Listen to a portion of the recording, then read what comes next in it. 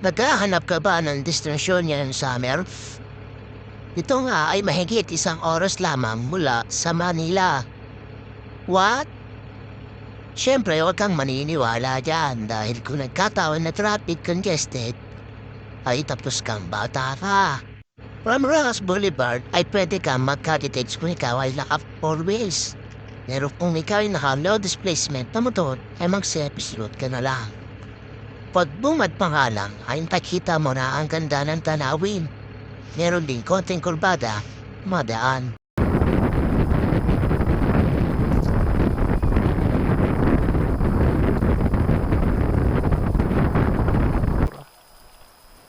Ganda rito guys, no?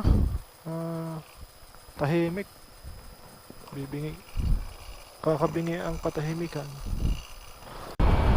Habang nasa daan ka nga ay Ay, makakakita ka monkey. ng mga unggoy. May unggoy. Yan unggoy. Hello monkey. Tabi-tabi po. Ganito nga ang madalas na eksena sa Kebyang Tunnel. Marami na sa gitna kaya minsan ay traffic congested. Magkano rate nyo dito, te? Pagdagat. Ha? 10 mahigit. 10 hanggang 20. Hanggang 20. Oh. Maghapon, Oh, maghapon lang.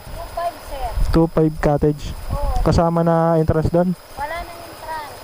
Ang pinaka-entrance namin bangka, 30 per head. Ha? 30 per head sa bangka, 30 per head. papunta sa Saan ba ang beach nyo rito? Eto? Ba't sasakay pa kami bangka? Pwede naman lakarin ata eh. Hindi pwede lakarin yan? Hindi pwede sasakyan? Wala nang entrance yun. Wala kayong babayaran, yun na yun. 20 kayo, matik 2.5. Baka may babayaran pa kami na iba. Tapos parking, maghapon 100 ang parking. Sa nagbanta yun. Okay. Mag-overnight magkano yun? Atin niyang nakapanayam si Ate Judalyn at isa nga ang Patungan Beach Resort sa paligid ng Kebyang Tunnel. 2.5 ang dater habang 3.5 naman kapag overnight. Kailangan na sumakay ng bangka papunta sa beach dahil merong private property na hindi pwede daanan. Family friendly na rin ang resort kahit may baby kayo ay pwede.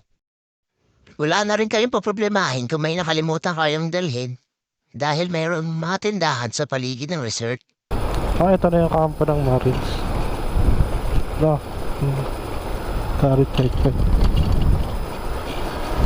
Minsan ay sarado ang Marine Base at Katungkulan Beach Resort kaya pwede niyong ikonsidera ang Patungan Beach Resort. Yun lang. Bye-bye!